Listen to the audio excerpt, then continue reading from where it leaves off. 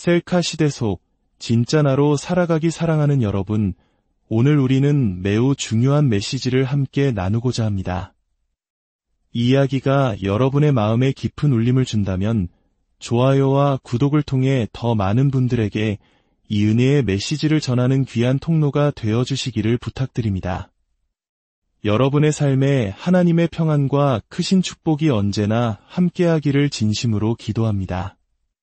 우리는 지금 셀카 중심의 세상에 살고 있습니다. 인스타그램, 페이스북, 틱톡과 같은 소셜미디어는 우리 삶의 일부가 되었죠. 저 역시 가끔 멋진 배경 앞에서 셀카를 찍어 올리곤 합니다. 셀카라는 단어, 즉 스스로 자신의 사진을 찍는 행위는 이제 너무나도 자연스러운 일상이 되었습니다. 불과 몇 년 전까지만 해도 소셜미디어에서 셀카라는 해시태그가 달린 게시물은 한 달에 약 3,500만 건에 불과했습니다. 하지만 바로 지난달에는 그 숫자가 무려 1억 7천만 건으로 폭발적으로 증가했습니다. 이 숫자는 우리가 얼마나 자신을 보여주고 싶어하는 시대를 살고 있는지 명확하게 보여줍니다. 혹시 젊은 세대라면 이해하기 어려울 수도 있지만 저희 세대에게 카메라를 자신에게 돌리는 것은 상상하기 힘든 일이었습니다. 오히려 우리는 사진 찍히는 것을 몹시 싫어했죠. 여러분도 학창시절 1년 중 최악의 날을 기억하십니까? 바로 증명사진이나 졸업 앨범 사진을 찍는 날이었습니다. 그날만큼은 빗을 챙겨가서 화장실에서 머리를 몇 번이고 다듬고 가장 멋진 표정을 지으려 애썼습니다. 하지만 사진사는 단 한 번의 기회만을 주었죠. 하나, 둘, 셋 하는 순간 눈을 감거나 어색한 표정을 지으면 그 사진 한 장이 1년 내내 어쩌면 평생의 역사로 남아버렸습니다. 그 사진이 어떻게 나왔는지 확인하려면 몇 주, 몇 달을 기다려야 했고 때로는 졸업 앨범이 나오고 나서야 그 끔찍한 결과를 마주해야 했습니다. 하지만 지금은 어떻습니까? 우리는 수백 장의 사진을 찍고 그중 가장 완벽한 한 장을 고를 수 있습니다. 심지어 필터와 보정 앱을 사용해 마음에 들지 않는 부분을 완벽하게 수정합니다. 피부의 잡티를 지우고 턱선을 갸름하게 만들고 눈을 더 크게 키울 수도 있죠. 우리는 마치 전문 편집자처럼 자신의 이미지를 세심하게 다듬고 가장 이상적인 모습의 나를 세상에 선보입니다. 헬스클럽에 가보면 거울 앞에서 수십 분 동안 다양한 각도로 근육 사진을 찍는 사람들을 쉽게 볼 수 있습니다. 그들은 가장 멋진 몸매를 연출한 사진을 골라 소셜미디어에 올리며 마치 매일같이 완벽한 몸을 유지하는 사람처럼 자신을 포장합니다. 문제의 핵심은 바로 여기에 있습니다. 우리의 삶에 필터가 많아질수록 다른 사람들에게 보여주고 싶은 나의 모습에 집착할수록 진정한 나 자신으로 살아가기는 더욱 어려워진다는 것입니다. 우리는 완벽하게 보정된 사진과 재치 있는 문구를 통해 세상의 좋아요와 인정을 받으려 했습니다. 하지만 그럴수록 진짜 우리의 모습과 우리가 보여주는 모습 사이의 간극은 점점 더 벌어지게 됩니다. 이러한 현상은 단순히 사진에만 국한되지 않습니다. 우리의 소통 방식까지 바꾸어 놓고 있습니다. 기술의 발전은 우리에게 관계를 축복하는 놀라운 가능성을 열어주었지만 동시에 예상치 못한 부정적인 결과를 낳기도 했습니다. 그중 하나는 바로 사람들이 필터 없는 소통을 두려워하고 피하기 시작했다는 것입니다. 우리는 이제 문자 메시지나 이메일을 보내기 전에 수십 번을 고쳤습니다. 내가 할 말을 완벽하게 편집하고 통제할 수 있는 환경에 너무나 익숙해진 나머지 즉흥적이고 예측 불가능한 대화를 불편하게 느낍니다. 많은 젊은이들이 온라인상에서는 유창하고 활발하지만 실제 대면 관계에서는 어려움을 겪습니다. 온라인에 만들어 놓은 완벽한 부캐와 현실의 초라한 본캐 사이에서 괴리감을 느끼는 것입니다. 과거에는 전화벨이 울리면 상대가 누구인지 모른 채 수화기를 들어야 했습니다. 어떤 질문을 받을지, 대화가 어디로 흘러갈지 전혀 예측할 수 없었죠. 하지만 지금은 어떻습니까? 모르는 번호로 전화가 오면 받지 않고 음성 메시지를 확인한 뒤 문자나 카카오톡으로 답장합니다. 대화의 주도권을 잃고 싶지 않기 때문입니다. 심지어 어떤 젊은이는 피자를 주문하는 전화를 걸기 전에 무슨 말을 할지 대본을 미리 작성한다고 합니다.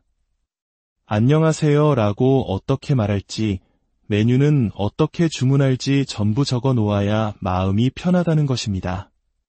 필터 없이 즉흥적으로 소통하는 법을 배울 기회가 없었던 세대에게 이것은 매우 보편적인 현상이 되었습니다. 이것은 어쩌면 실수를 두려워하고 항상 완벽하고 준비된 모습을 보여주고 싶어하는 우리의 체면, 문화와도 깊은 관련이 있을지 모릅니다. 하지만 이처럼 필터링된 삶, 가면을 쓴 채 살아가는 문제는 비단 오늘날만의 이야기가 아닙니다. 인류의 역사가 시작된 이래로 계속되어 온 문제입니다. 성경 고린도후서 3장에는 이 문제에 대한 깊은 통찰을 주는 이야기가 나옵니다. 사도 바울은 구약시대의 인물인 모세의 이야기를 언급합니다. 모세는 시내 산 정상에서 40일 밤낮으로 하나님과 함께한 후 십계명을 가지고 내려왔습니다. 그때 그의 얼굴은 하나님의 영광으로 인해 눈부시게 빛나고 있었습니다. 그런데 모세는 자신의 얼굴을 수건으로 가렸습니다. 우리는 흔히 그가 백성들을 그 눈부신 영광으로부터 보호하기 위해 그랬을 것이라고 생각합니다. 하지만 사도 바울은 다른 해석을 제시합니다. 모세가 수건으로 얼굴을 가린 진짜 이유는 그 영광의 빛이 점차 사라져가는 것을 사람들이 보지 못하게 하기 위함이었다는 것입니다. 즉, 모세는 자신의 얼굴에 필터를 씌워 하나님의 영광이 희미해지고 있다는 진실을 감추려 했던 것입니다. 고린도후서 3장 13절부터의 말씀을 보면 이렇습니다. 우리는 모세가 이스라엘 자손들에게 장차 없어질 것의 결국을 주목하지 못하게 하려고 수건을 그 얼굴에 쓴 것 같이 아니하노라. 바울은 계속해서 말합니다. 모세의 율법을 읽을 때 사람들의 마음 위에 여전히 수건이 덮여 있어 진리를 깨닫지 못한다고 말입니다. 세상의 신, 즉 사탄이 믿지 않는 자들의 마음을 혼미하게 하여 그리스도의 영광의 복음의 광채를 보지 못하게 한다는 것입니다. 하지만 놀라운 소식이 있습니다. 16절입니다. 그러나 언제든지 주께로 돌아가면 그 수건이 벗겨지리라. 우리 대부분은 모세처럼 각자의 수건, 즉 필터를 가지고 살아갑니다. 다른 사람들에게 보여주고 싶은 나의 모습을 능숙하게 연출하며 살아가는 데 익숙해졌습니다. 불안하고 자신감이 없고 죄를 지었을 때 우리는 가장 먼저 회개하기보다 숨고 수건을 쓰고 삶을 필터링하는 경향이 있습니다. 에덴 동산의 아담과 하와가 죄를 지은 후 부끄러움과 두려움에 무화과 나뭇잎으로 몸을 가리고 숨었던 것처럼 말입니다. 어떤 분들은 소셜미디어에 매일 성경 구절과 묵상 사진을 올리며 영적인 사람의 이미지를 연출합니다. 하지만 그 마음 속에는 누구에게도 고백하지 못한 비밀스러운 죄가 쓴 뿌리처럼 자라나고 있을지 모릅니다. 어떤 어머니는 아이들을 위해 직접 만든 건강 간식 사진, 행복한 가족 나들이 사진을 올리며 완벽한 엄마의 모습을 보여줍니다. 하지만 현실에서는 과도한 육아와 가사 노동에 지쳐 있고 외로움과 죄책감에 시달리고 있을 수 있습니다. 어떤 아버지는 공원에서 아이와 즐겁게 놀아주는 사진을 올리며 최고의 아빠임을 과시합니다. 하지만 실제로는 일에 치여 아이들과 제대로 시간을 보내지 못하고 늘 마음 한구석에 실패자라는 생각을 품고 있을지 모릅니다. 심지어 결혼기념일에는 세상에서 가장 행복한 부부인 것처럼 다정한 사진을 올리지만 실제로는 깊은 갈등으로 하루하루를 힘겹게 버티고 있는 경우도 많습니다. 이 모든 것이 바로 우리의 수건입니다. 처음에는 그저 얼굴만 가리는 얕은 가식이었을지 모릅니다. 하지만 바울이 지적했듯이 얼굴을 가리는 수건은 결국 마음을 덮게 됩니다. 피상적인 거칠애가 영적인 상태로 굳어져 버리는 것입니다. 우리는 거짓된 자아를 보여주는데 너무나 익숙해진 나머지 진짜 내가 누구인지조차 잊어버리게 됩니다. 우리는 필사적으로 좋아요를 갈구하지만 마음 깊은 곳에서는 진정한 사랑을 갈망하고 있습니다. 세상의 인정을 받기 위해 애쓰지만 그럴수록 우리의 영혼은 더욱 공허해집니다. 기억하십시오. 우리는 자신의 강점으로 사람들에게 깊은 인상을 줄 수는 있습니다. 하지만 진정한 연결은 우리의 연약함을 통해 이루어집니다. 당신이 만난 어떤 사람이 너무나 완벽해서 거리감이 느껴졌던 경험이 있습니까?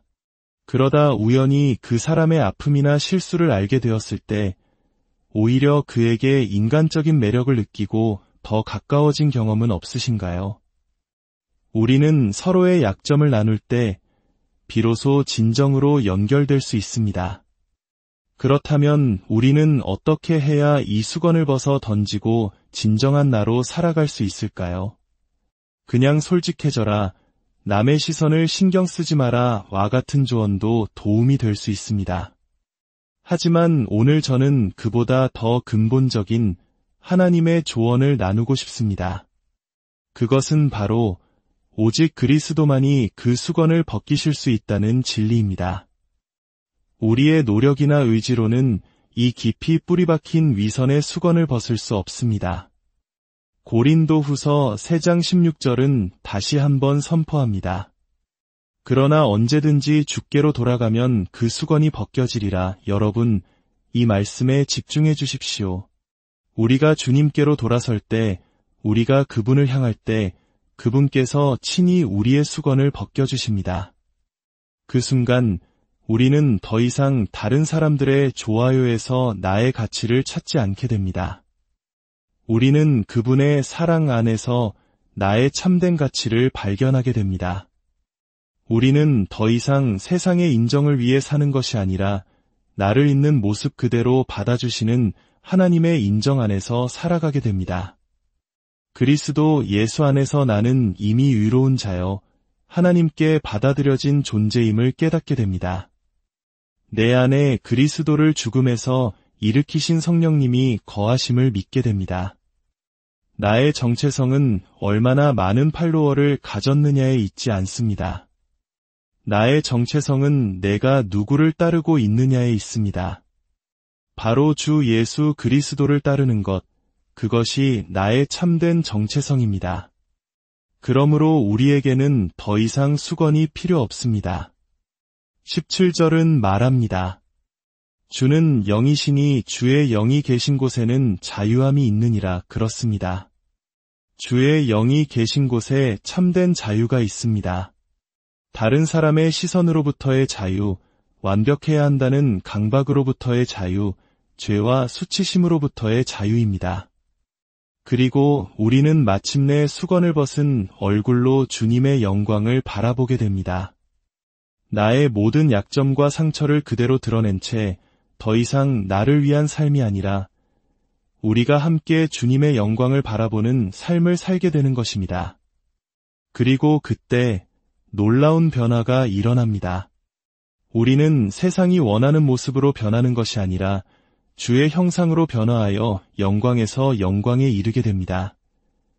이것이 바로 셀카 중심의 세상 속에서 예수님을 따르는 삶입니다. 자신을 높이는 삶이 아니라 자신을 부인하고 십자가를 지고 주님께 영광을 돌리는 삶입니다. 이제 주님께로 돌아설 시간입니다.